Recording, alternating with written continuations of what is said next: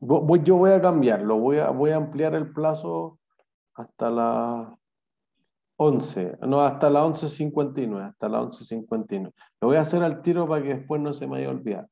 Pero ahí ya tienen como prácticamente 4 horas adicionales por si acaso. En todo caso, apenas terminemos de la clase, mientras esté en la otra reunión, yo le voy a escribir a la Esther que pasa eso, probadamente, para que de nuevo hagan algo, no sé, reseten las cuentas. Me parece que cuando logramos detectar ese error fue que o alguien intentó muchas veces y terminó como cambiando la contraseña, puede ser, pero yo le voy a enviar los usuarios y que ella vuelva a configurar los usuarios tal como están en el protocolo, por si acaso. Metacursos, análisis Gracias, profe. técnico, no hay de qué. Entonces, entrega, activar edición. Entrega, entrega, entrega. Sección 3. Y vamos a ver. Voy a poner acá.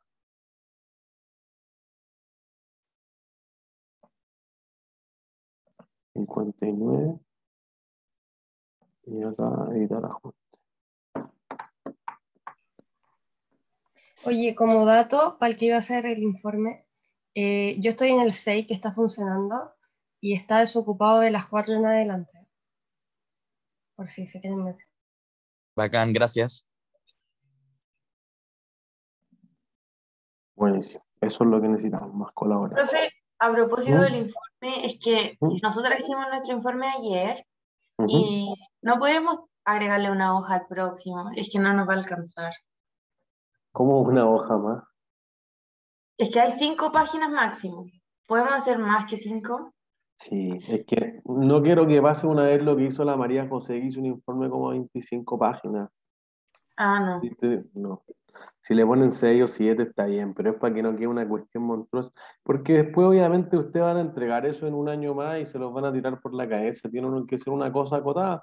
Tienen que decir, oye, quiero decir 10 cosas, pero solo pueden decir 3. Cojan cuáles. Ya. Gracias, profe. No hay de qué. Ya, entonces, vamos a Bloomberg. Voy a cerrar el protocolo para que me quede. ¿Yo qué hice? Dije, mira, F10, submenú de índice y fui hacia allá. ¿Sí? Entonces, aquí te va a dar todo lo que tiene que ver con índices, que es la cuarta categoría de activos que nosotros íbamos a tener, que eventualmente lo que te va a sugerir la función de índices es especialmente índice accionario. Podrían encontrar otros índices, por ejemplo, de bono. Hay cosas muy buenas, por ejemplo, Bloomberg hace junto con el banco de inversión Barclays de Inglaterra índices de bonos que son muy, muy buenos por clasificación de riesgo, por grado de inversión, por una serie de sofisticaciones, pero aquí la función te sugiere la mayor parte índice accionario. Entonces, fíjense que hay dos funciones principales, WAY y WAY-F, los futuros. Los futuros en la práctica, para que lo sepan, y quizás ya se los dijo Salvador en el curso de futuro, los futuros de los índices son todos mini. El mini IPSA es el futuro del IPSA, el mini S&P 500 es el futuro del S&P 500 y así sucesivamente. ¿Sí? Entonces aquí lo que te sugiere es más índices accionarios, aunque podrían haber índices de commodities, índices de moneda, etcétera, pero esos índices los encuentran en el menú de commodities, en el menú de monedas, etcétera. ¿Sí? Entonces nosotros vamos a ver algo simple, vamos a ver el WAY. ¿Sí? Entonces, World Equity Indexes. ¿Sí? Y entonces ahí vamos a tener una parte importante de los índices del mundo. Fíjense que sale por región, te da América por defecto, ¿sí? Entonces uno podría decir, oye, ¿cuál quiero ver? ¿Quiero ver los de Asia Pacífico, etcétera? ¿Me quiero cambiar o solo quiero ver esto? ¿Sí? Nosotros vamos a ver los más clásicos, independiente de que después ustedes puedan hacer varias cosas. ¿Por qué? Porque, por ejemplo, vamos a ver todo lo que tiene, lo que tiene que ver con índices, pero el segundo bloque, que es el que vamos a hacer mañana en la mañana, va a tener que ver mucho con las funciones de análisis técnico. Y ahí nosotros vamos a complementar medias móviles o indicadores de volumen que ya habíamos visto, con otras cosas, con otros 5 indicadores para tener unos 7. Y en la tutoría /ayudantía de hoy y de mañana a las 7 van a ver las ondas de Elliott y los retrasos de Fibonacci con la Coté y con Hans. Entonces esos son indicadores de proyección y entonces va a quedar un poco ahí. Y ahí también nosotros ya vimos monedas, vimos acciones, vimos commodities, vimos índices, pero también vamos a decir, oye, para derivados financieros, dado que su precio deriva de otro activo, o para instrumentos de renta fija tipo bonos, no funciona esto. ¿Por qué? Porque dependen de indicadores más macroeconómicos, etc. ¿Sí? Y al final del bloque de mañana, como para tener claro el plan de clase, vamos a cerrar con una idea de qué cosas uno debería observar en un plan de money management. Oye, ¿cuánto apalancamiento tengo? Si voy a tomar posiciones largas solamente o largas y cortas, si tradeo dentro del día o afuera del día, y así sucesivamente. ¿Sí? Entonces, nos vamos a concentrar en los índices y qué cosas podrían haber dentro de los índices. El Dow Jones. ¿Alguien sabe lo que hay dentro del Dow Jones?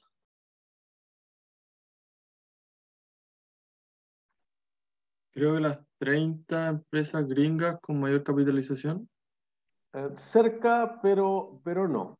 O sea, hay 30, seguro que sí, pero no son las más valiosas. Y eso es lo importante, porque se distingue del S&P 500. ¿Son las industriales Históricamente, o no? perdón, de Ah, nuevo. ¿son las industriales más grandes Eso es. o más importantes? Pero, ¿y qué son industriales? ¿Qué se imaginan cuando piensan en industriales? Como General Electric, algo así como más sistémico. Eso, como más de industria pesada literal, pero no es que hayan empresas forestales, no es que esté empresas de extracción de recursos naturales, así como mineras, etcétera. Miren, nosotros vamos a pinchar el Dow Jones para que quede seleccionado arriba, ¿ya? Y aquí te va a ir automáticamente al cómo está compuesto. Tecnologías de la información, realmente industriales, notarán que son menos que las empresas tecnológicas. Empresas financieras, consumo discrecional, consumo masivo, telecomunicaciones, bla, bla, bla. ¿Sí? Nosotros vamos a aplicar una función que se llama MEMP. Ah, no está agarrando. Ahí, MEMP. ¿Sí? Y entonces vamos a ver cómo está compuesto el índice. No queremos entrar en la discusión de cómo se hace el índice, ahí creo que en Equity con los profesores Valenzuela lo pueden discutir mucho más exactamente. Pero fíjense que aquí tiene, arriba te dice cuántos miembros hay dentro del índice. Ahí está. ¿Sí? Y te dice, mira, estos son los índices, estos son los activos. Un índice se puede construir equally weighted. Hoy hay 30, cada uno pesa el 3,33% dentro del índice. O hay 500 en el S&P 500 en teoría, cada una pesa el 0,2% del índice. Podría ser value weighted. Eso significa que las que tengan mayor market cap, mayor valor de mercado, van a pesar más dentro del índice. Podría ser otra combinación distinta a esa. Por ejemplo, el IPSA por mucho tiempo fue construida bajo la lógica de la presencia bursátil. Y eso no es lo mismo que la capitalización bursátil, porque la presencia bursátil apuntaba a que, por ejemplo, la LATAM Airlines nunca ha sido la acción más valiosa de la bolsa local, pero se transaba tantas veces que en el índice final pesaba 9%. En cambio, Falabella o Copec, que sí han sido las más valiosas de la bolsa local, valían bastante menos, valían bastante más, pero se transaban bastante menos. Entonces en el índice pesaban menos. Así que el índice podría construirse de varias formas. ¿Sí? Entonces fíjense, ¿cuál es la acción más valiosa del mundo?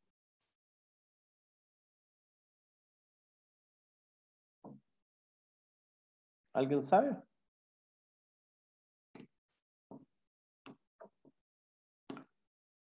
¿Nadie se la juega con cuál es la acción más valiosa del mundo?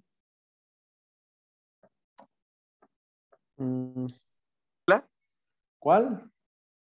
¿Tesla? ¿No? No. Tesla vale ¿Apple? Apple. Ahí, que vale, Tesla vale 1/3 de lo que vale Apple. Amazon, Microsoft, etc. Entonces, fíjense, voy a poner que me lo ordene en orden alfabético. Está Apple, listo. Una función que habíamos mostrado hace varias clases. Voy a ir a abrir una pestañita distinta y le voy a poner stat. ¿Sí? Dame estadísticas. Dame estadísticas de las empresas, las 500 más grandes, y dámelas por capitalización de mercado.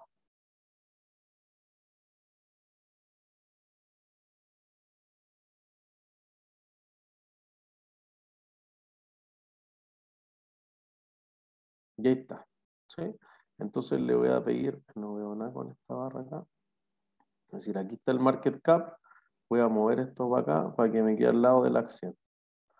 Entonces voy a decir, mira, Apple es la que vale más, después Microsoft, después la petrolera estatal de Arabia Saudita, que se abrió a bolsa, después Amazon, después Google, después Facebook, después Tencent Holding de China, después Berkshire Hathaway de Warren Buffett, después Tesla Motor, que vale 582, perdón, dije un tercio, es un cuarto de lo que vale Apple, 2,12 trillones.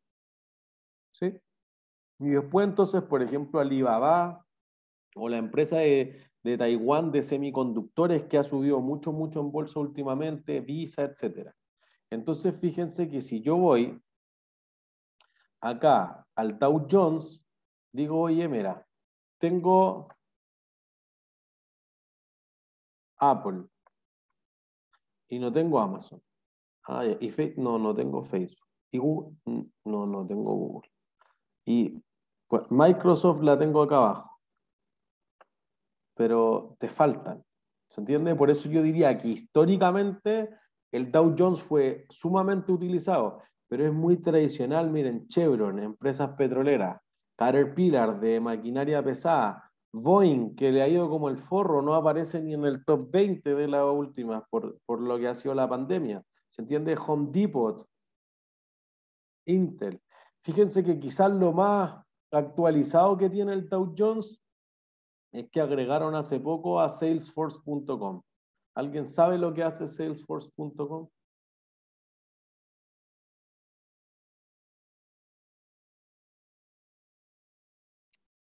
Voy al otro lado. Acá, miren. Voy a buscar Salesforce.com. Hacen como software para vender online, ¿no? Eso es. Como de ERP en el fondo, bueno, el concepto exacto me lo decían el lunes, CRM, como pero quizás lo debería buscar a mano, ¿no? Y bajo un poquito Salesforce acá. Me pasé, no. Un poquito más arriba. Salesforce.com. Profe, Ujú. ¿de qué dependía qué tan alto estaba en la clasificación? ¿El market cap? ¿Lo que me De, decía que- sí, o sea, del market cap en algunos casos, es que ahí hay que entrar a la construcción del índice, que creo que no es el tema de esta clase, insisto que lo pueden discutir en Equity. Pero, por ejemplo, United Health Group no vale más que Apple, pero pesa el 7,93% del índice. En cambio, Apple está más bien abajo, pesa el 2,42% del índice, siendo que vale más que Walmart, por ejemplo. ¿Se entiende? Entonces, lo Sí. mismo con Salesforce.com, que por ejemplo, Salesforce.com, para que se hagan una idea, entró, si no me equivoco, el 2019, pero Kodak la echaron hace 4 años, una empresa quebrada. ¿Se entiende? Entonces, eso puede hacer una diferencia significativa. Aquí está, Salesforce.com, 210 mil millones de dólares. Entonces uno dice, oye, hay una serie de otras empresas que no son en Estados Unidos y uno dice, oye, Salesforce.com no tiene por dónde ser una empresa industrial, ni Apple, ni Intel, ¿se entiende? Pero sí se refiere al concepto más clásico, así como Dow, empresa química, Merck, laboratorio, Procter & Gamble, IBM, ¿se entiende? O empresas quizás más financieras, JP Morgan, American Express, Visa, Travelers Group, etcétera. ¿Sí? Entonces, por eso que es un índice menos utilizado hoy en día que el S&P 500, por ejemplo. Eso hace una diferencia significativa. ¿Sí? Entonces, por ejemplo, si yo pusiera aquí el S&P 500, ¿cuántas acciones hay dentro del S&P 500? 500. 500. Eso es lo que uno supondría obviamente, lo cual no es cierto. Pero Todos creímos en algún momento que habían 500.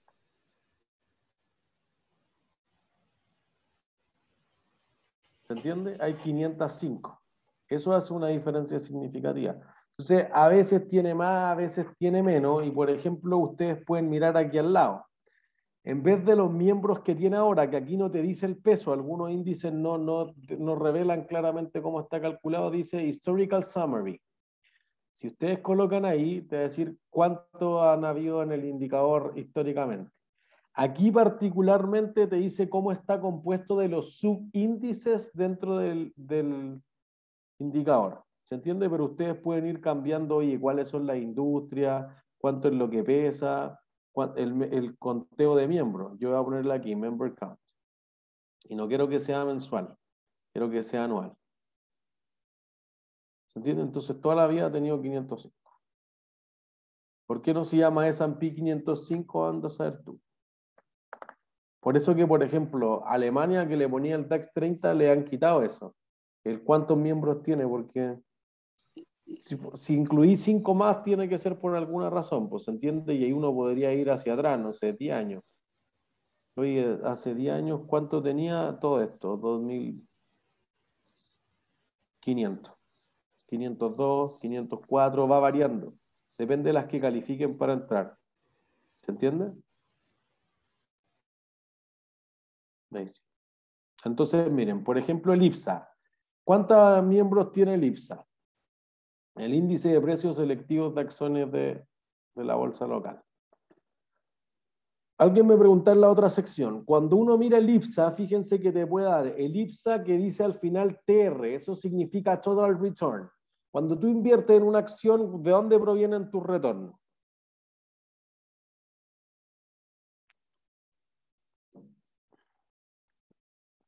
¿De dónde provienen los... Perdón, la embarré yo. Ahí sí. ¿De dónde provienen los retornos cuando tú inviertes en una acción? ¿De la utilidad repartida? Ya, de los dividendos. O, ¿qué otra cosa puedo ganar? Que se aprecie la acción. Que se aprecie la acción, las ganancias de capital. Entonces, por eso dice Total Return. A veces, yo diría que cada vez es menos utilizado, pero se ocupa el índice sin los dividendos para ver las ganancias de dividendos por separado, por si se reinvirtió o no se reinvirtió. La mayor parte de los índices lo incorpora y lo compone, te simplifica la vida. Pero fíjense que aquí dice IPSA sin dividendo. ¿Se entiende? Por si acaso, por si alguien quisiera ver una cuestión más sofisticada. Por si acaso. Entonces, ¿cuántas acciones hay en el IPSA? 30. 30. Ya, pero no siempre ha habido 30. Voy a escoger ese y voy a ir a la función member, dado que me moví de ahí. No siempre ha habido 30. ¿Sí? Acá tenemos 30, pero históricamente el IPSA se construía con 40, hasta que lo empezó a crear Standard & Poor's, el índice. Entonces, si yo voy a Historical Summary y uno va hacia atrás, por ejemplo, antes siempre tenía 40 y no todos los años. Cuando Enersys se separó de Enel Generación, Enel América, Enel Chile, Enel Distribución, toda la cuestión, hubo un año que tuvimos, voy hacia atrás, 42. Ah, lo tengo mensual, estoy mintiendo. Anual. Aquí, fíjense, 42. ¿Se entiende? Entonces, eso hace una diferencia importante en que tú vas a considerar que algunas veces tienen más, algunas veces tienen menos, etc. Podría ser, digamos, oye, no me gusta el IPSA. ¿Qué otro índice podría ocupar para Chile? El IGPA. El IGPA. ¿Ya? ¿Cuántas acciones hay en el IGPA? Índice General de Precios de Acción. No tenemos idea. Un año 61, otro 65, otro 90, otro 83 y otro 79. Todos los años una cuestión distinta. Históricamente, les diría, antes de que lo empezara a construir Standard & Poor's, por eso no se ve hacia atrás, la idea no era así. Ahora se hace por presencia bursátil, que es una regla más compleja, que es, oye, si los últimos 120 días de transacción, al menos el 25% de las veces se transaron más que 2.000 UF, entonces califica. Sofisticado. Algunas entran, algunas no entran, no, pues todos los años se cambia, ¿se entiende? Pero antes no era así, eran las 120 más valiosas, pero de las 120 más valiosas hay unas que nadie transa. Hipódromo, Pilmaiquén, Pehuenche, nadie las transa. ¿Se entiende? Entonces se ajustó algo que fuese más representativo. La Bolsa Electrónica de Santiago por mucho tiempo, bueno, no sé si mucho tiempo, pero lo hizo en algún momento, creó el índice GOL. Y el índice GOL medía las variaciones en las acciones de azul azul, cruzado y blanco y negro. Y eso no le importaba a nadie. Y además, como son acciones súper líquidas, entonces miren este problema, la acción se transa súper poco, entonces si yo calculo el beta, ¿cuánto me va a dar?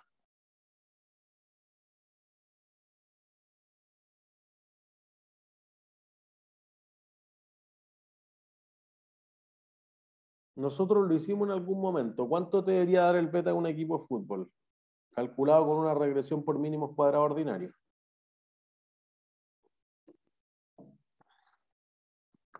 ¿Cuánto creen? Si no hay una respuesta correcta o una incorrecta. Cercano a cero. Está ¿no? muy correlacionado, ¿no? Eso, porque tú vas a ver que pasa esto. Oye, el precio de la acción, ¿qué hice? El precio de la acción va así, después sube así, después baja así, chao, y no se transa. Cambio, el IPSA o el índice que haya ocupado de referencia hizo así, entonces no, es cualquier cosa. Correlación cero, y por lo tanto te da el beta cero. ¿Pero alguien diría que invertir en un equipo de fútbol es poco riesgoso? Muy rico. Muy riesgoso, pues entonces el beta calculado no tiene ningún sentido económico, porque además fíjense, como la acción es poco líquida, la iliquidez es un riesgo, por eso que algunos inversionistas se exponen a iliquidez, o cuando uno valoriza empresas privadas o activos de real estate, uno le agrega un premio por iliquidez, porque no es lo mismo comprar una acción y venderla 3 minutos después a construir un puente y esperar un año si es que me quiero deshacer del proyecto. Eso cuesta. Entonces, el beta en ese caso no captura nada, pues y aparte los fondos de pensiones, la AFP, que son los que mueven la luca grande, a nadie le importa. Entonces dijeron, oye, el índice GOL tiene datos de hace 2 meses, a nadie pesca estas acciones y además, ¿qué sentido tiene aporte? Es verdad, chao. Y hasta ahí llegó el índice GOL. ¿Entiendes? Entonces los índices van cambiando con el tiempo. ¿Sí? Entonces aquí ustedes pueden ver todo lo que tenga que ver con el índice, sea el ICPA, el IPSA o lo que ustedes busquen entre medio. ¿Sí? Si tienen dudas, ustedes me avisan. Entonces, la idea esencial es que si uno pudiera transar el índice, ¿cómo se transa? ¿Cómo compro el índice?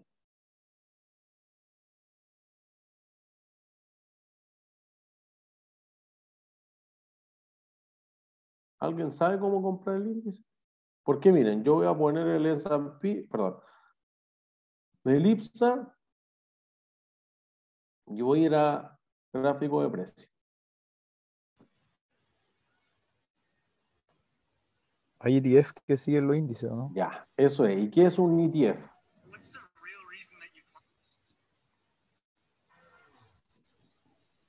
Un portafolio que sigue el índice.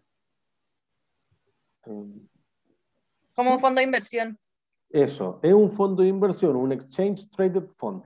Entonces, fíjense que uno tiene distintas clases de fondos. Un fondo mutuo, si ustedes quieren rescatar la plata del fondo mutuo, ¿cómo el fondo mutuo les paga? Cobra una comisión. Perdón. De nuevo, Enzo. Cobra una comisión por sacar nuestra plata. Ya, pero ¿cómo? Al ¿De final dónde saca la plata para pagarle? es como un mercado secundario, ¿no? No sé qué es eso, pero yo puse 100 Del- lucas en un fondo, subió 20 y ahora tengo 120 lucas, quiero que me las paguen. ¿Cómo el fondo me entrega esas 120? Vendiendo del índice. Bueno, no sé si el índice, pero O sea, vende lo que claro. tiene. Si invirtió en depósitos a plazo, venderá los depósitos a plazo. Si invirtió en acciones, venderá acciones. ¿Se entiende? Entonces, un fondo mutuo debe liquidar los activos que posee para pagar los rescates. En cambio, las cuotas de los fondos de inversión, entre eso los ETF, tú dices, no, vos quieres recuperar tu plata, vende la participación en el fondo, que es justamente la cuota del ETF, y eso produce que tú puedas rescatar la plata sin matar la estrategia del fondo. Por eso que, por ejemplo, cuando uno tiene un REIT, un Real Estate Investment Trust, que son fondos inmobiliarios en general, tienen ventajas tributarias. Entonces deben pagar más del 90% de los dividendos por estatuto para que el fondo no pague ni un impuesto, sino que los accionistas del fondo paguen sus impuestos personales. Entonces tú dices, oye, si yo empiezo a acumular utilidades en un fondo que construyó un strip center o un puente o cualquier otra infraestructura, ¿para qué? Si puedo tener un strip center o 2 strip centers, no puedo tener 1,4 strip centers. ¿Se entiende? Entonces fíjense que uno dice, oye, yo puedo tener 100 acciones de Microsoft, 1000 acciones, 10.000 acciones, es escalable. Algunas inversiones no son escalables. Entonces ahí ya entran otras categorías de fondo, por ejemplo, los closed funds. En algún momento en Equity van a discutir sobre Peter Lynch, uno de los mejores inversionistas de la historia en Fidelity Management. Y Fidelity Investment, lo que hacía él es que tiene un closed fund, oye, yo administro 500 millones de dólares, no más, no menos. Si ganamos plata, te pago dividendos. Si no, reinvertimos. Pero en el fondo, tú no administras 500.000 millones, porque con 500 lo hago súper bien. Con 500.000 millones se me agotan las posibilidades. Entonces, un hedge fund también tiene ventanas donde salirse, y así sucesivamente, ¿sí? Un ETF, la gracia es que sus cuotas se transan en la bolsa. Entonces, si ustedes entran a la Bolsa de Santiago y dice estadísticas de mercado, dice CFI, ya, esos son cuotas de fondos de inversión. Y después dice IIF, instrumentos de intermediación financiera, IRF, instrumentos de renta fija, acciones, futuros que les va a aparecer nada, monetarios que va a aparecer casi nada, opciones nada y así sucesivamente. ¿Sí? Entonces, el índice, ¿en qué moneda se transa?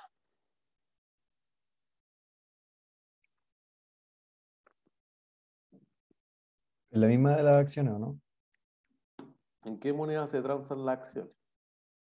En peso. Ya. Entonces, si yo busco un índice de Estados Unidos, las acciones el índice se transa en dólares. Habría que poner description y ver. Ah, ya. Seguro que hay que hacer eso, pero quiero ir más que a la intuición de lo financiera que a lo que te diga Bloomberg. Si a ti te rentó 10% en peso, ¿es lo mismo que te rentó 10% en yenes japoneses? No. No. No.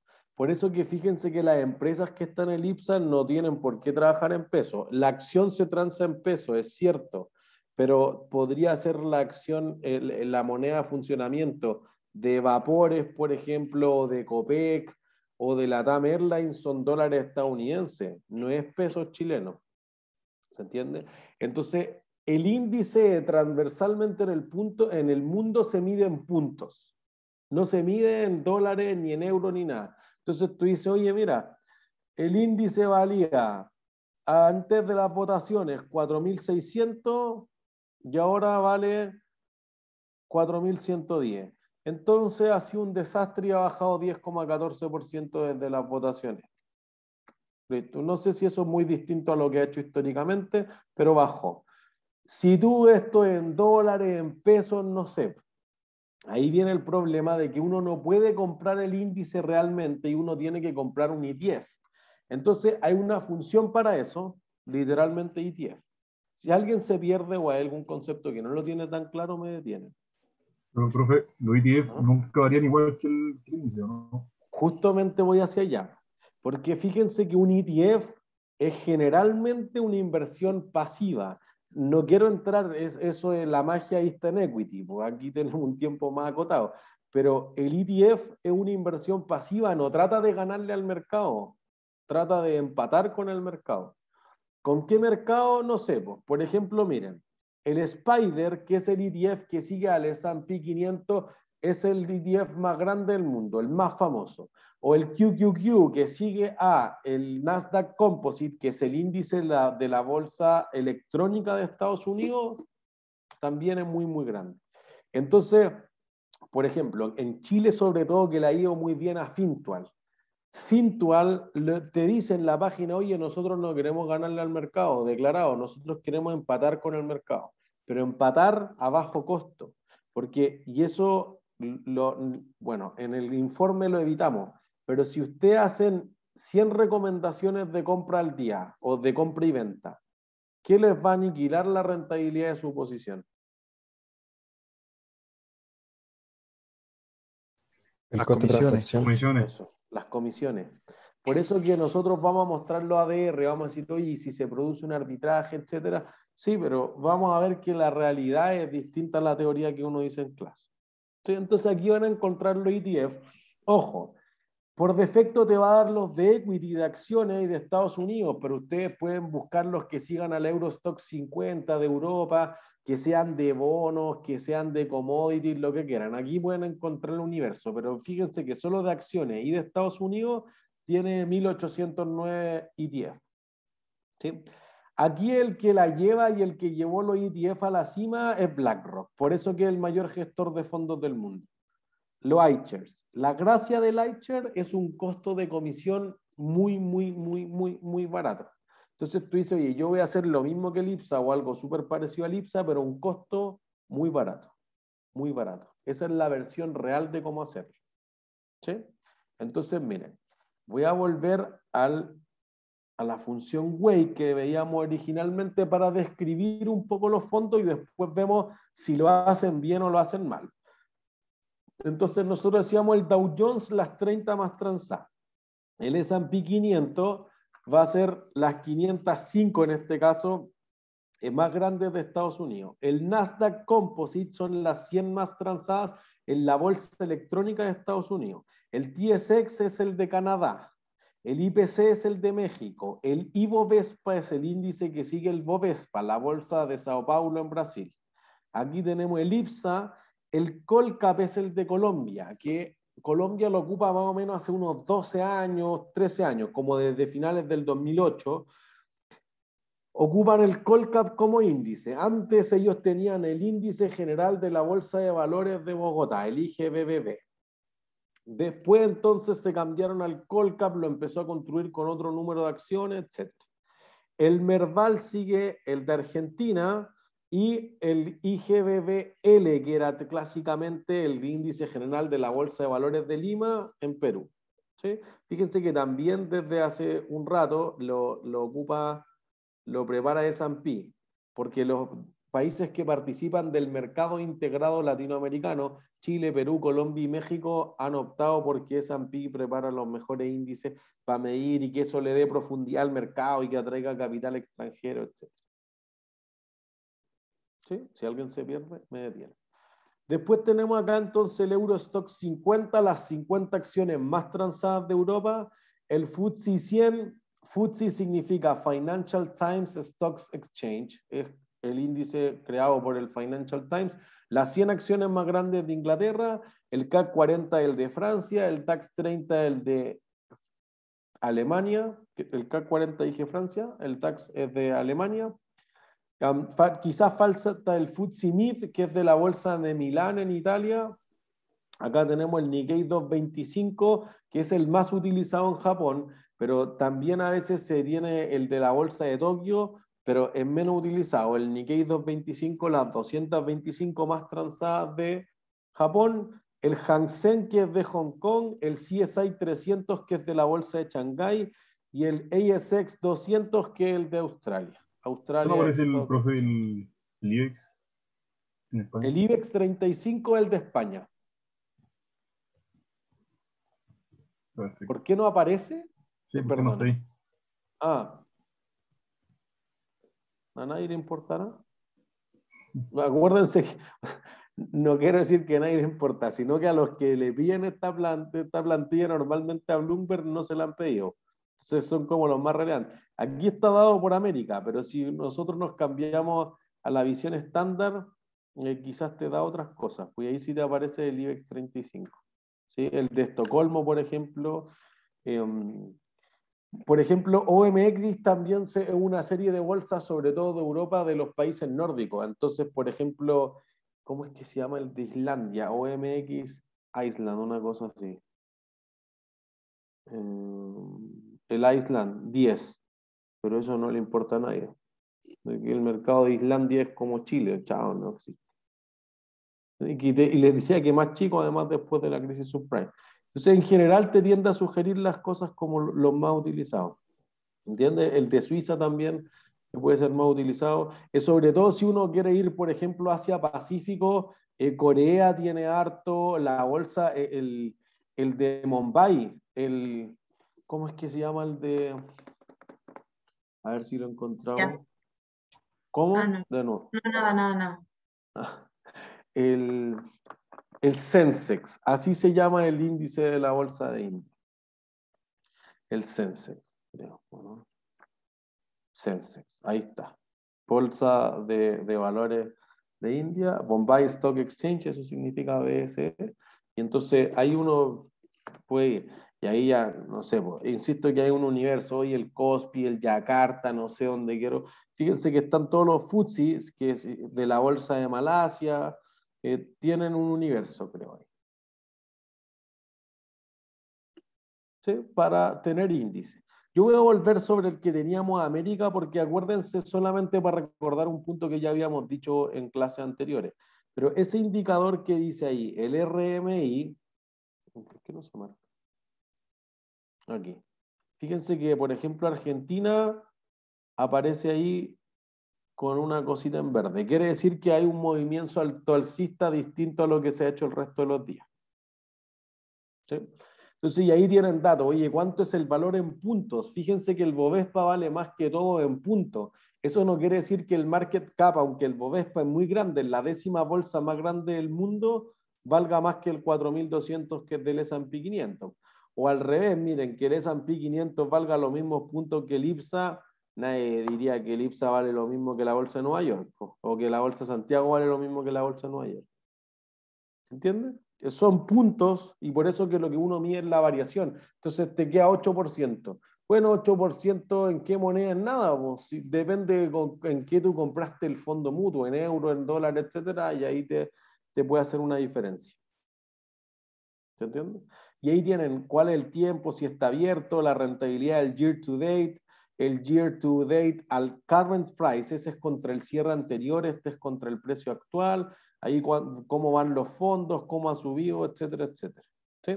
Fíjense que además acá arriba ustedes quizás quieren ver ciertos ratios. Hay muchos inversionistas que son del orden de decir, vendamos todos los índices que tengan una razón precio-utilidad, un PE o price earnings que esté por encima del promedio mundial y otros que estén por debajo del promedio mundial. O yo quiero mirar los futuros que están en backwardation, otros están en contango, los que tengan mayor volatilidad. Hay índices, por ejemplo, el VIX, que mide la volatilidad implícita en las opciones que se dan sobre el S&P 500, algo que van a discutir con Augusto Castillo mucho más el segundo trimestre. Entonces ahí uno ve que hay espacios para mirar otras métricas. ¿Entiendes? El índice es el valor teórico. Nosotros vamos a ir sobre el valor real. Entonces tengo el IPSA y voy a ir a Graphic Prices. Si alguien se pierde, ustedes me detienen, acuérdense. Entonces tengo el IPSA. ¿Qué le voy a decir? Le voy a decir, compáramelo. ¿Con qué? Con el Eat Now. El Eat Now es la familia de ETF de Itaú, que se ganó por primera vez la licitación del ETF que iba a replicar el IPSA. Entonces yo voy a decir, a ver, comparemos qué tan bien lo hace o qué tan mal lo hace. Entonces, fíjense que alguien va a decir, oye, es que al ser un fondo, eso sí es pesos. Este es puntos. Ah, no están en la misma base. Edit chart. Le voy a poner que me lo fije en factor 100. Y ahí está. Se mueven súper parecidos, pero no son lo mismo. En especial porque nuestro mercado es más pequeñito, más piñufla, ¿no? Pues no lo sigue tan bien. Entonces uno dice, oye, es que lo hace a veces mejor, otras veces lo hace peor. Sí, pero tú no quieres que sea alfa positivo, que sea ganador, que sea un retorno anormal. Lo que tú quieres es que tenga un alfa igual a 0, que empate perfectamente con el índice. Por eso que los que ya hicieron equity, si no después, ojalá lo recuerden algún día, cuando uno se mide contra un benchmark, tú le das un tracking error. Tú dices, oye, tú te puedes desviar tanto del benchmark. Pero claro, si tú compras 90% en acciones de Tesla y la acción se derrumba y yo te dije que te fuera por el S&P 500, entonces tiene que pagar plata el gestor del fondo porque incumplió lo que me había dicho. No diversificó, se movió, invirtió en acciones más riesgosas para obtener más retorno, una estrategia válida, pero en el corto plazo se desvió, por eso lo limitan. ¿Entiendes? Entonces puede invertir máximo. El 90% como el core investment está concentrado en fondos de fondos de fondos para que esté súper diversificado. Y el 10% es lo que a veces se llama satellite investment, como inversiones que no están, son parte del núcleo, son como, tengo el view de que el sector commodities va a mejorar, entonces vamos a invertir en Río Tinto en Inglaterra, empresa minera. ¿Se entiende? No sé si se perdieron. ¿No? Entonces, fíjense, lo replica, va en la misma línea, no es que se descuadre, pero no lo replica tan bien. Vayamos con el S&P 500. Ponemos el S&P 500, Graphic Prices, y vamos a poner el Spider.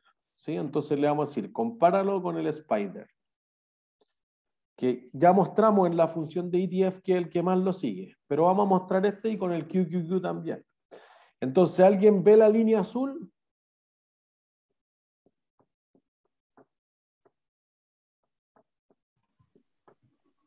¿Ven? Sí. Ahí la ve. ¿Por qué no la ven? Casi lo mismo. Eso. ¿Entiendes? Ah, no, es que un año. Voy a achicar el intervalo de tiempo para ver que hay una economía de escala, obviamente, economía básica. Oye, es que, claro, si tú administras, si, no, ahí te da el dato, pero 500.000 millones de dólares, es obvio que tú puedes replicar esto. Y no es que el fondo todos los días compre y vende para rebalancear 505 acciones, sino que las comisiones te van a matar. Es que y cada vez es más computacional eso, tú tienes programado para quizás si compro Apple, si compro Amazon, si compro Coca-Cola y si compro McDonald's, ya replico súper bien. A veces se desvía, si no es perfecto. Fíjense acá, los últimos 3 días se desmarcó, pero a veces es casi perfecto. Hola, ¿qué tal? ¿Entiendes? Entonces, hay un universo, digamos, de fondos que replican muy, muy bien y a un costo administrativo súper bajo. ¿Se entiende? Entonces, esa es la gran gracia, sobre todo de los iShares, ETF que han tenido costos de administración, porque si tú decís, oye, mira, tú me dijiste que erais súper buena estratega y me cobráis el 5 o el 6% al año, que es como el nivel alto de comisiones de administración, y hacen lo mismo que el IPSA, ¿por qué no voy con el ITNOW que me cobra 0,5% y hace lo mismo que el IPSA o algo súper parecido al IPSA? ¿Entiende? La decisión del costo de gestión parece ser significante. ¿Sí? Abajo del índice, como no tiene volumen, porque es un índice, no te va a aparecer, pues, pero en las acciones ya vimos que sí tenía volumen. Entonces, por ejemplo, que en la mañana la acción de LATAM Airlines iba bajando 20% con alto volumen de transacción. Eso se puede apreciar. ¿Sí? Hagamos exactamente lo mismo para el Nasdaq Composite.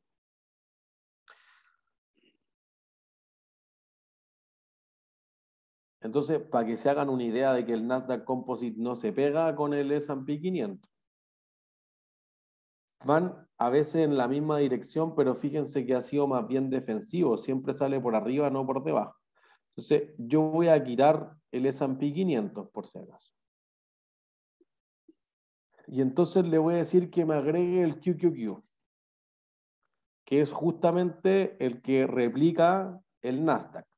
¿Sí? Y se cotiza en el Nasdaq, que es la bolsa, por si acaso.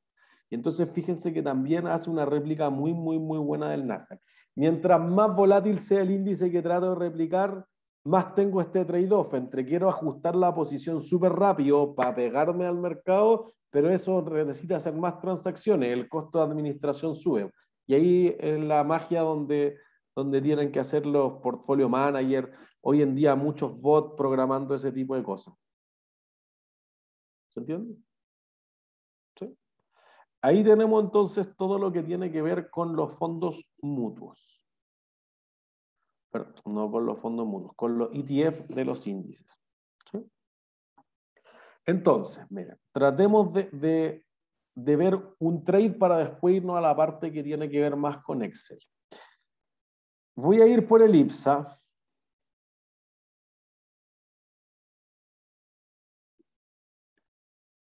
Voy a quitar el QQQ. Entonces, fíjense, un mes para el IPSA.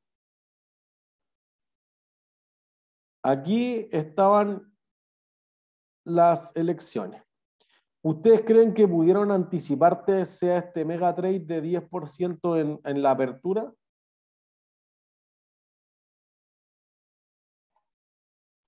Se podía, pues. Un 10% ¿Cómo? no sé, pero se anticipaba que iba a caer. Sí. Pero ¿y si el mercado lo anticipó, por qué cayó? Porque igual siempre que gana la izquierda cae. Entonces, no sé. Por eso, pues, ¿cómo el mercado no empezó a vender desde antes? ¿O nadie sabía que iba a ganar la izquierda? Que no había ganado todavía. Pero el gobierno tiene una aprobación de 9%. Porque quizás eso ya está como asumido, o sea, Por ya eso, está pues, como pero el dentro del mercado no mercado. lo había asumido, porque si lo hubiera asumido, entonces fíjense que debió haber bajado más hacia acá, por no levantarse, como que el último viernes alguien tuvo la esperanza de que, no sé, la constitución iba a quedar igual, una cosa así. ¿Entiendes? Solo trato de leer lo que el mercado. O el mercado es idiota y los mercados no son eficientes. Oye, ¿no ves que nadie quiere al gobierno si todas las encuestas salen mal? ¿Se entiende? No, Entonces, según yo, fíjense que... profe, puede que hayan exagerado el resultado. Bueno, por eso probablemente acá después hay un rebote. En realidad, siempre después de estas cosas hay como como un ruido blanco, como que se exageran, se sobrereaccionan. Por eso esto se puede complementar súper bien, por ejemplo, los que estén en Behavioral Finance. Hoy el mercado sobrereacciona. En Perú, por ejemplo, que el candidato dijo, oye, todas las mineras las vamos a nacionalizar, etcétera, que está lejos de ser lo que nosotros teníamos y el mercado está vuelto loco y después dicen, ¿y cuál es la probabilidad de que gane?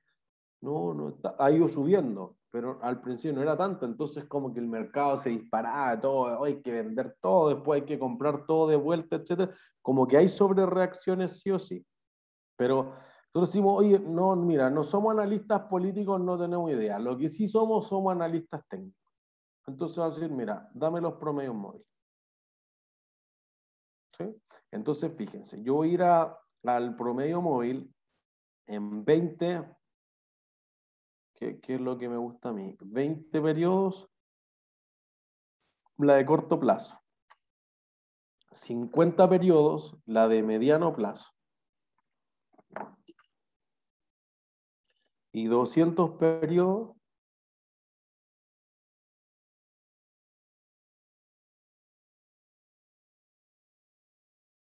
aquí.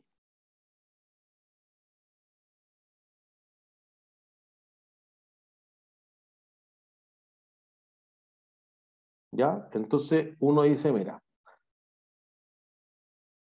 leamos, estamos viendo solo un mes, después vamos a ver, voy a quitar aparte los tics que tiene abajo para que podamos ver el gráfico más grande todavía, el volumen.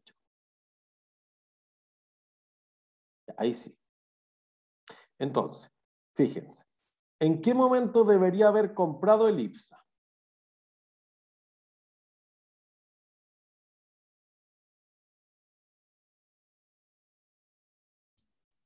El 6, ¿no? O sea, el 7. El 4, ¿no? ¿Acá? Sí. Ya, la de corto plazo, que es la línea rosada, cruza la de mediano plazo, que es la verde, aquí. Listo, ahí debería haber comprado. ¿Dónde debería haber vendido? El 7. El El 6. 7. Ah, Sí. Bueno, ojo, aquí lo que uno siempre piensa y que aquí uno tiene que sincerar las posiciones. Oh, es que yo hubiera comprado acá y si vendo acá en corto y después recompro acá y vendo acá. No sé si alguien tiene los nervios de adamantium, pero eso es difícil que pase. ¿Se entiende? Oh, es que si yo hubiera visto esto ya y después compro acá y después vendo acá. Digamos que primero estamos viendo medias móviles, por lo tanto son datos históricos. Lo que va a producir eso es que realmente uno esté mirando la información, dice, oye, se cruzó la media, compro, no compro, voy a dudar 1 hora, 2 horas, ah, ya bueno, pero entré después, ¿se entiende? Pero fíjense que podría ser que eso sea rentable todavía, entonces voy a decir, mira, el cruce de medias se produjo aquí, voy a limpiarla, ahí sí. El cruce de medias se produjo aquí, dijimos, digamos que entraste más tarde, entraste acá. Después se cerró acá, entonces tú dices, oye, si me demoro, en 3 días hice un 0,57, no es malo.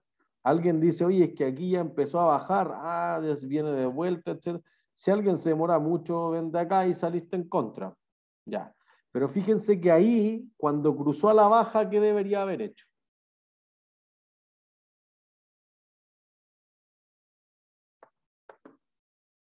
¿Qué debería haber hecho cuando cruzó a la baja? Vendido. Vender, pues.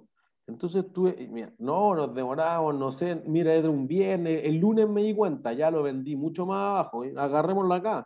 No, todavía te dice vender. Pues, ¿cuándo debería cerrar esa posición?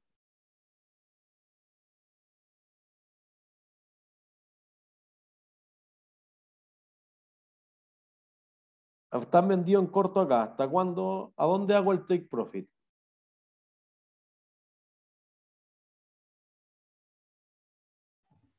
Un poco arriba nomás.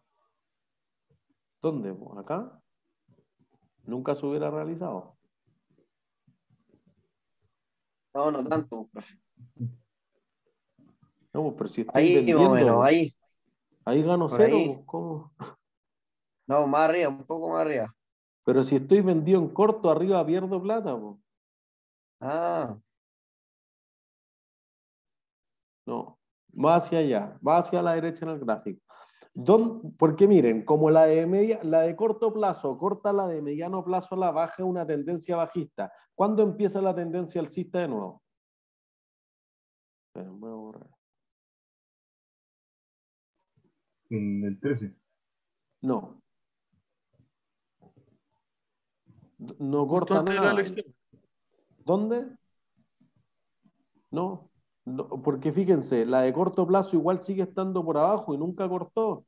Entonces, insisto, El 24. Corta el 24, ¿no?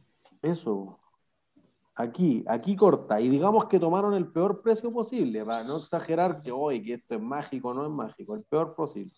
Tiene un trade en 20 días, 3 semanas de transacción de 10%, excelente. Ni una ciencia, no hay que ser un analista político. Entonces, hoy es que el IPSA, que es un desastre por las elecciones, ¿no? Si el IPSA es un desastre hace 10 años nomás, si así el IPSA, ¿no? Piñufla el mercado local, ¿entiendes?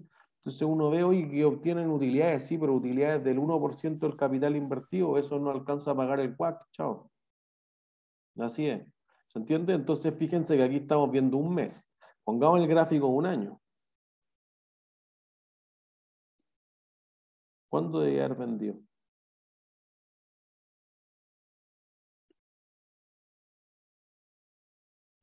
en abril. ¿Abril? ¿O está clarito o no?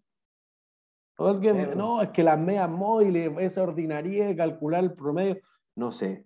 Aquí yo vi que se cruzó, pero mira, ya subió. Fíjense que aquí alguien va a decir, chuta, ya subió de 3.500 a 4, yo subió 15%, ¿cómo voy a comprar? Bueno, tenéis que creer nomás, pues ya bajó un poquito, inclusive hagámoslo comprar en lo más caro. Bueno, siguió, hasta que dio vuelta por acá, porque de nuevo alguien me va a decir, oye, es que yo vendí justo en lo más alto, no, acá se dio vuelta, chao. 18% en 6 meses es lo mejor que he visto en el IPSA en la vida. Y ¿Y ahora va a llegar venden a en eso de corto. vuelta o no? Bueno, no sé, pues ahí está la magia, pero quizás lo pueden incorporar en su informe. Pero ahí de nuevo, no, es que no, dudé esos días. Bueno, véndete en corto un poco más abajo y 2 días ya ahí hay que, lento. Pero aún así voy para acá. Entonces, miren, lo que yo quiero hacer el punto para unos 10 minutos más y cerrar esto, es que ustedes ahora tomarían las ganancias o no. Si ustedes hubieran vendido en corto, no sé, el 3 de abril. El 3 de mayo, perdón. ¿tomarían ganancia ahora o no? Porque fíjense que han ganado en menos de un mes 10% de un índice diversificado. No es solamente una acción. Si esta opción estuviera además apalancada por 10, por 20, por 50, van 500% al alza.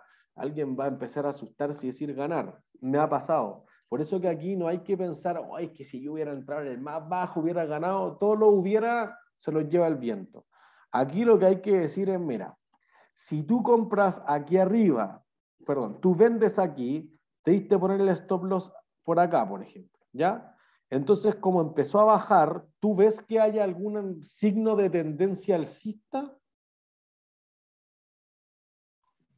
No. No, entonces Ni no una. debería ser el take profit, porque además alguien me dice, oye, ¿va a caer hasta dónde? No sé, se ve que hay un piso bien débil por acá, por 3.500, que hubo una especie de resistencia en torno aquí, a un precio que es más bien psicológico, en 4.002, pero pasó. Pero, profe, ahí No, habría que poner un stop loss porcentualmente muy chico y el take profit harto más abajo, ¿no? Me ha pasado eso, te diría que las últimas 2 semanas me ha pasado que ahogo la posición. Por eso que mañana vemos el ATR y te decir, oye, que si tú aceptas 0,1% de variación para ir a buscar 20%, puede ser que suba y después caiga con todo. Entonces, por ejemplo, si alguien hubiera entrado justo, o sea, anticipó al cruce, porque algunos dicen, oye, ya vi que iba bajando y antes de que cortara vendí. Bueno, si alguien lo puso acá y puso el take profit donde lo puse yo, se va a cerrar la posición, o entonces después empieza a caer y no alcanzaron a abrir la venta corta de nuevo. Quizá hay que darle un poco de oxígeno a la posición, un take profit, bueno, un stop loss más lejano, que en el fondo si la va para el otro lado hay más sangre, pero que eso espera que se corrija la tendencia. Pero, profe, y si en la práctica, si es que se llega a cerrar la posición, la abrimos de nuevo con un stop loss igual muy chico, es probable que ganemos, ¿no? No. O sea, puede pasar, pero podría estar reventando puro stop loss, pues entonces si me voy comiendo de a 0,5% la posición, ¿entiendes? Por eso depende el lapso de tiempo también. Depende de si están muy apalancados. Si están muy apalancados y esto se mueve muy rápido, podrían empezar a hacerle un margin call. Eso sí que lo deben haber visto mucho en futuro. Entonces tú dices, oye, yo estoy convencido de que va a caer y voy perdiendo 10, voy perdiendo 15, voy perdiendo 20 hacia arriba. ¿Aguanto la posición? ¿Le voy a meter más plata o hago que se me liquide el margen? De ahí, por eso creo que hay una tolerancia personal al riesgo que cada uno debe testear en él. ¿Se entiende? Lo que sí, si va bajando, yo no haría el take profit porque nada nos dice que no vaya a caer hasta 3.400. Entonces lo que hay que hacer es, en vez de estar ahí, mover hacia acá. Ah, ya, me aseguré un 3%, me aseguré un 5%, me aseguré un 7%, me aseguré un 9%. Y después, claro, quizá alguien dice, oye, yo ya lo moví más abajo todavía, y ahí rebotó. Ya, pues se hizo el take profit porque va para el otro lado. Pero no liquidar manualmente, ese es un error. Yo lo he cometido, yo creo que todos en su vida lo van a cometer. Es que ya gané mucho, pero podéis seguir ganando más. Por lo tanto, si va para el otro lado, la única razón es que se cierre, porque ahora ya hay un cambio de tendencia. Pero si no hay un cambio de tendencia, ¿para qué voy a dejar de ganar plata? Sería lo mismo si alguien hubiera entrado acá y dice, oye, hagamos el take profit acá. No, pues porque fíjense que esto es súper difícil que uno encuentre un precio que va a skyrocket hacia arriba, ¿no? Y no frena con nada. Porque todos, y ese es al que hay que ganarle, al noise trader, al que hace cualquier estupidez desinformado. Oye, subió 20% en una hora. Ah, ya listo, hay que liquidar. ¿Por qué? Acaban de patentar un producto, no sé, tiene una vacuna, no sé, cualquier cosa. Hizo 20, va a haber tomas de ganancias, por eso que es súper importante que en la tutoría vean lo que son las bandas, las olas de Elliott, perdón. La Elliott Wave te dice, no, y hay 20%, alguien tomará ganancias, va a bajar un poquito, pero después se impulsa más todavía. Y fíjense, acá subió ya, se hizo algunas tomas de ganancia y después se disparó de nuevo, y fíjense que después tiene una tercera oleada. El IPSA justamente replica muy bien lo que dicen las ondas de Elliott. Y entonces después dijiste, oye, ya si partió tío de 3.500 a 5.000, había rentado un 40% el IPSA, ya no da más. Bueno, eso es antes de las elecciones. ¿Entiendes? Entonces, como que si uno combina las noticias económicas con el análisis técnico, puede dar algo bastante bueno. ¿Sí? Denme los últimos 5 minutos. Después ustedes le pueden agregar todos los indicadores que quieran. Quiero mostrarles una función que es Excel Template Library. Esto tiene todas las planillas que ustedes vayan a requerir para hacer cualquier cosa en Excel en la vida. Por defecto dice Alt Areas of Interest. Entonces vamos a decir, oye, All Areas of Interest, todas las clases de activos, pero ustedes pueden buscar algunas que tengan que ver con renta fija, con fixed income o credit, que tengan que ver con acciones, con divisas, con commodities o con otros. ¿Sí? Ahí van a entrar, oye, ¿cuántos son los stocks que tiene la Bolsa de Metales de Londres? ¿Cuál es la proyección del tipo de cambio, de cosas macroeconómicas, de cómo están valorizadas las acciones? Hay un universo de planillas sobre las que trabajar. Yo la primera que te sugiere, el Bloomberg Company Index, le voy a poner Open. Voy a compartir mi pantalla completa para que ustedes lo puedan ver. ¿Sí? Entonces se va a abrir una planilla. Entonces quiero decir que no siempre tengo que estar en Bloomberg y tú ponerle descargar, ojo. Alguien me decía en la sección anterior que a veces ustedes le ponen imprimir pantalla. No, pues Bloomberg tiene bloqueado el imprimir pantalla para que no le roben los gráficos. Pero si uno va a Graphic Prices, a Export, te dice el gráfico, lo quieren PDF, lo quieren JPG, lo que quieran. Y si ustedes le ponen data, por ejemplo, pueden exportar la data literalmente.